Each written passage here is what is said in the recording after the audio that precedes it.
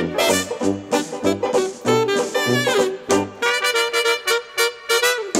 there everybody, it's Mike Delisio with another Dice Tower Daily Unboxing. Today we're going to be taking a look at Disney Sorcerer's Arena Epic Alliances core set. That's a mouthful. Coming from the Op Games, 2 or 4 players, about 35 minutes. So that makes it sound like it's a team-based game, and Alliances also kind of reinforces that. The ultimate Disney and Pixar Battle Royale. Become the next Master Summoner in this epic turn-based combat game where every choice you make determines your legacy. Create a fantastical battle-ready roster of Disney and Pixar hero and villain characters to enter the action-packed Sorcerer's Arena. Summon your characters into battle, harness powerful skills and earn victory points, overpower your foes, and win! All right, well, let's take a look inside the box and see if we can get a sense for what the components are like. Looks like we have a little bit of a sleeve on here. This little part at the bottom. There we go. So that just kind of pops off. And then we've got our box here. All right, let's take a look at our Summoner's Handbook, as they're calling it, which I believe is the rule book. All right, we've got our list of components here. A little bit of an overview. The chaptered learning system. So it says here that it's a game for 2 or 4 players where your team of characters battle against a rival team of rival characters. To help players get a feel for the strategic choices they'll encounter in the game, these rules are broken into 4 chapters. After reading a chapter, pause and play a game or several to let the rules sink in. Okay, so kind of a staggered learning style, which is probably not a bad idea in a game like this with a Disney license. You might have younger players involved, and so maybe it's not a bad idea to kind of have this chapter kind of seems like almost a different way to approach a tutorial system. All right, so here's chapter 1. They talk about some of the big phases of the game, what you do on the active player's turn, the main phases, the movement phase, and the action phase. Completing card effects, status effects. So it looks like there's a fair amount going on in this game, and that's just chapter 1. Then in chapter 2, it looks like they're going to be adding some things. Drafting characters. The order tiles, which I'm assuming is a player order type of a thing. Some new additional rules and elements. And then we've got chapter 3. And then we've got the primary changes, the introduction of character ability cards, changes to hand sizes, changes to standard movement and attack values, and the introduction of the skills phase. So that's a very interesting way to handle this. And then finally in chapter 4, I think there was only 4 chapters, gears and character upgrades. And they talk about the team play here and some special rules that are involved for team play. So, okay, that's an interesting approach. And again, not probably a bad idea for a game, again, with a Disney license. Here we've got our cardboard tokens. These seem to be pretty good quality, actually. Pretty thick and no real complaints there on a quick look. And you can just kind of see what we have here. All right. Let's take a look at our board.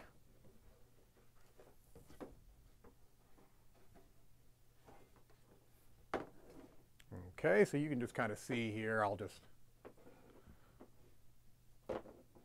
a hex-based board. We've got cards, we've got some interesting acrylic standees. I am a big fan of acrylic standees. I think it's a really good development in board gaming, in my opinion. It's a nice middle ground between cardboard standees and miniatures. And so I am all on board with this. I'll just show these off really quickly. You can see Ariel. I'm going to stop trying to name all of them off because I don't know all of the Disney Pixar characters. Some of them, obviously, Aladdin and things along those lines, but there are some I don't know, and so there we go. All right, so some nice acrylic standees, and then we've got these look to be, almost forgot. Didn't forget, almost didn't see Mickey hiding in there. Sorcerer Mickey. And we've got these interesting kind of dials. Looks like, I'm assuming, the characters stand in those dials. Would be how they appear. And then we've got some plastic rings that, again, I'm going to assume are going to determine, yeah, okay, so these just kind of snap in there like that. So some interesting component choices that I see here, and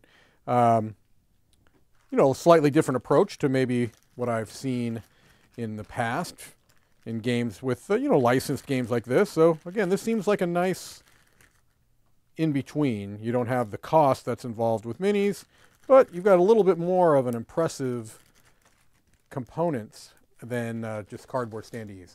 Nothing against cardboard standees, but I do like the acrylic a little bit more. Let's take a look at our standard size cards here. Seems to be a fair number of them. Here are the card backs. These are kind of what you'd come to expect with maybe the more mass market, maybe not the highest card quality in the world, maybe a little bit more, not a linen finish, but not bad.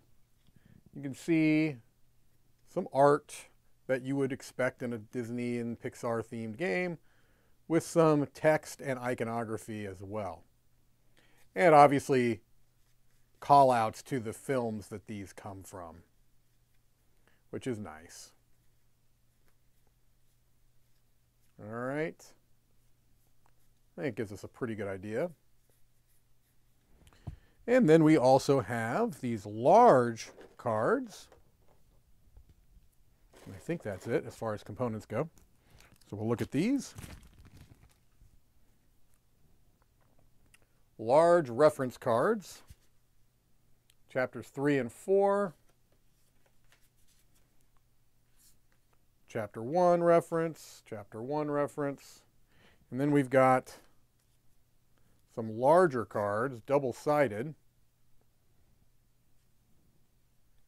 All right. Maleficent, Ariel, Dr. Facilier, if I'm saying that right, Sully, Sorcerer's Apprentice Mickey, Aladdin, Gaston. All right, so we've got villains and heroes in there, and some reference cards. All right, well, I'm intrigued by how they're kind of approaching this game, which seems to be a game that has a fair amount of rules, and they're trying to, I think, ease people into it. So that's probably, again, not a bad idea for a game such as this. That is Disney's Sorcerer's Arena Epic Alliances core set. Thank you for watching another Dice Tower Daily Unboxing.